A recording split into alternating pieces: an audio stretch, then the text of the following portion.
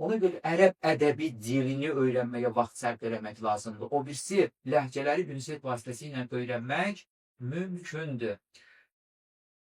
Belə bir söz də var, ərəb ləhcələrindən hansı ərəb ədəbi dilinə yaxındır? Düzdür.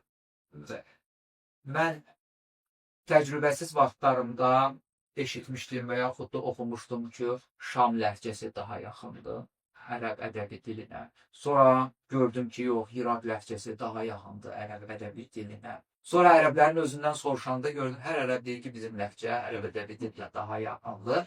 Belə hallar var.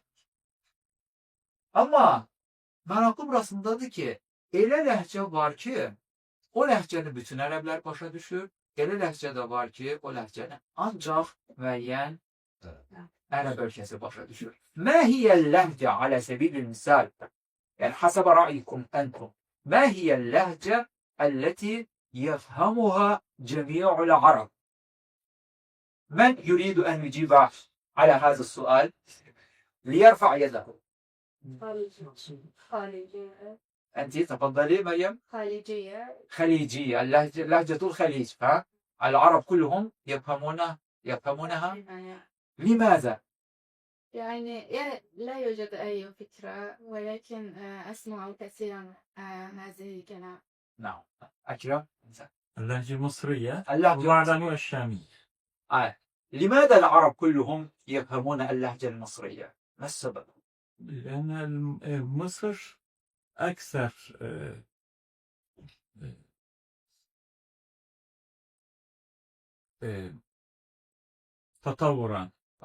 تطورا في مجال التلفزيون، أفلام، ثقافة وبعضه الشامية أظن. نعم.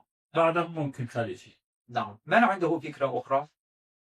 روشا، هل عندك فكرة في هذا الموضوع؟ ما هي اللهجة التي يفهمها جميع العرب? Bütün ərəblərin başa düşdüyü ərəb ləhcəsi hansıdır sizcə? Xalici. Xaliciyə. Niyə? Daha.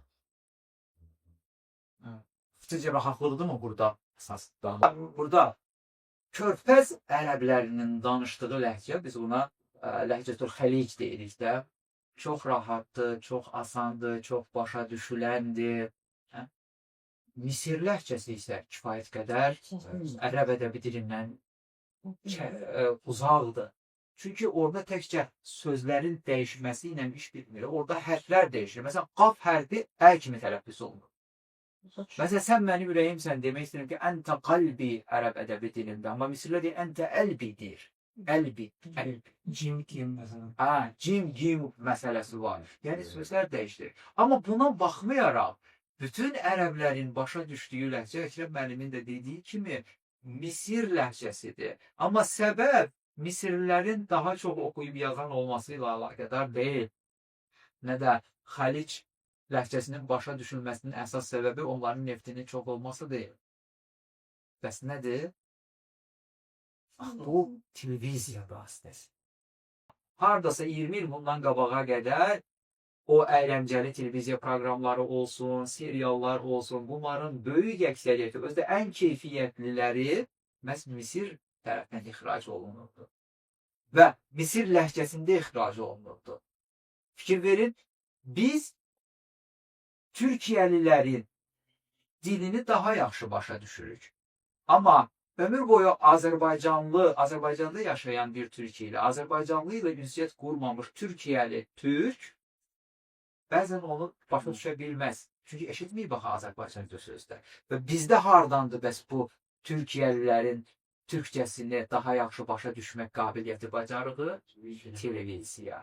Bugün də ərəb ölkələrinin içərisində mən deyərdim ki, sualı konkret qoysaq ki, ən yaxşı, ən doğru, ən dəqiq başa düşülən ləhcə hansıdır? Misir ləhcə. Niyə? Çünki Misirdə əyləncəli, diqqət cəlb edən, tamaşaçını özünə cəlb edən verilişlər daha çoxdur və bunlar da bütün ərəb ölkələrində nümayiş oldu. Amma asanlıq baxımından mən də tamamilə razıyam ki, Körfəz ərəblərinin danışığı daha asandır, ədəbi dilə daha yaxındır.